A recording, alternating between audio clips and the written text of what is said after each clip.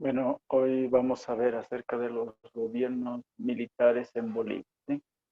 Bueno, dentro de lo que es la historia reciente de nuestro país, vamos a ver que siempre hay una lucha contra la mayoría de la comunidad boliviana, esto fijamente indicando acerca de lo que vendría a ser las situaciones primordiales de la oligarquía.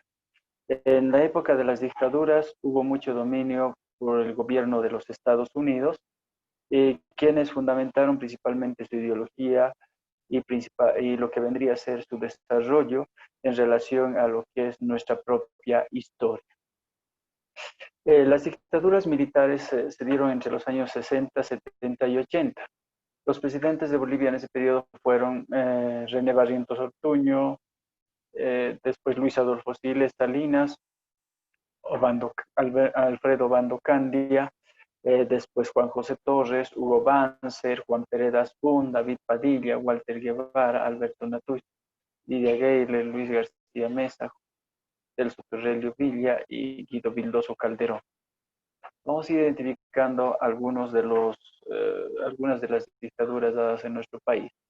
Empezar por la dictadura de René Barrientos Ortuño, apoyado principalmente por el movimiento nacionalista revolucionario. Nació en Tarata, en Cochabamba, en el año 1919 y murió en el año 1939 por un accidente aéreo cuando se estrelló su helicóptero. Fue un general de la Fuerza Aérea, el instrumento primordial de la restauración reaccionaria, llegando al poder con el clásico golpe de Estado. Uno de los hitos que más se puede tomar en cuenta en la dictadura de Nueva Barrientos es la masacre de San Juan, donde balearon, se acribillaron a muchos campesinos que estaban terminando de celebrar justamente la fiesta de San Juan, y ahí es donde se los acribillaron. Su dictadura estuvo principalmente sembrada por lo que es cárcel, tortura y muerte en la mayoría del país. La época de Alfredo Bando Candia, él nace en el año 1918 y muere en el año 1982. Fue un presidente de facto, ¿no? En dos ocasiones, en el año 66 con Barrientos y en el año 69. Colaboró para derrocar al presidente Víctor Paz Tensoro y al presidente Luis Adolfo Siles Salinas. Él fue nominado embajador de España en el gobierno de Luis Adolfo Siles Salinas. Participó en el golpe al MNR en el año 64, pero no generó mucha controversia porque se compartió el poder con René Barrientos. Eh, en realidad, luego de derrocar a lo que vendría a ser a Barrientos, quien fue desplazado posteriormente, empezó a haber una especie de confrontamientos, ¿sí? Eh, no fue muy grande el periodo de la dictadura de Obando, pero aún así dejó unos rasgos muy trascendentales en nuestro país. Juan Peredas Boone, él es paseño de nacimiento, él nace en el año 1931, es un presidente de facto o dictador. También fue candidato a la presidencia en el año 78, ¿no? Eh, pero al ser gobiernos dictatoriales no fue tomado en cuenta, ¿sí?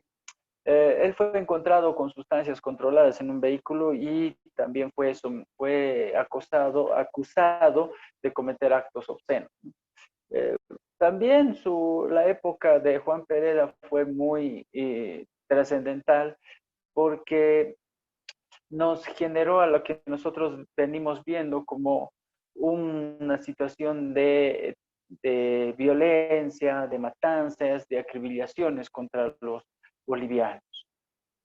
Vamos a tener a Alberto Natuch Buch, quien es nacido en Riberalta, en Benia, en el año 1933 y muere en el año 1994. Él fue en el 1979 el presidente de FARC. Él fue profesor del Colegio Militar, en la Escuela de Ingeniería y Armas del Comando de Estado Mayor. El primero, en noviembre de 1979, mediante un golpe de Estado, asumió la presidencia que ejerció apenas por 16 días. Fue uno de los periodos más cortos, podríamos decir, lejos de la junta militar, destinada por René Barrientos, pero aún así, también durante este paso de gobierno, él dejó muchos muertos, muchos heridos, porque quería imponer su gobierno y de esa manera se establecía. Tenemos también a lo que es la dictadura de Hugo Banzer Suárez, ¿sí? Hugo Banzer Suárez nace en Santa Cruz de la Sierra en 1926 y muere en el año 2002 con cáncer, ¿no? La dictadura de Hugo Banzer Suárez fue la más larga de nuestro país, entre el año 1971 a 1978, ¿no? Durante su dictadura, él tuvo apoyo del movimiento nacionalista revolucionario y la Falange Socialista Boliviana. También durante la dictadura de Banzer igual se dio muchas masacres, muchas situaciones de atropellamientos contra la población para poder él fundamentar su idea. Tenemos también la dictadura de Luis García Meza, quien se toma como una de las dictaduras más sangrientas de nuestro país, donde Bolivia es conocida como un país de narcotraficantes, ¿no? Él va a tomar esa dictadura justo el año 1980 contra su propia prima, la presidenta Lidia Gayler Tejada. Él fue ministro en ese tiempo de Lidia Gayler y asumiendo su cargo de ministro y de militar inclusive, fue ir en contra de sus propios parientes. Eh, Su gobierno dictatorial fue muy brutal. Eh, a él se lo agarró en Brasil después de mucho tiempo y luego fue a la cárcel y después falleció. Tenemos también a Celso Torrelio Villa hasta el año 82, ¿no? Del 81 al 82, chuquisaqueño de nacimiento en el año 39 y muere en el año 1999. Él fue presidente justamente dictatorial entre los años 81 y 82, ¿no? Estableciéndose para ese gobierno lo que vendría a ser principalmente un proceso insostenible porque en ese tiempo ya el narcotráfico era demasiado conocido. En realidad, en realidad Celso Torrelio era ministro, ¿sí? Ministro de García Mesa, ¿sí? Y obviamente había establecido su mismo modelo de gobierno. Bueno, dentro del entorno político vamos a tomar en cuenta que los dictadores siempre fundamentaron su idea desde la perspectiva de la violencia, ¿no? Ahí tenemos algunos antecedentes, como el hecho de que Barrientos, aparte de capturar y asesinar al Che Guevara, también él impuso mucha violencia dentro de lo que eran los distintos grupos sociales de nuestro país. Después Hugo Banzer también, quien va a establecer lo que es la Operación Cóndor. Luis García Meza, que va a establecer lo que es el toque de queda, de esa manera.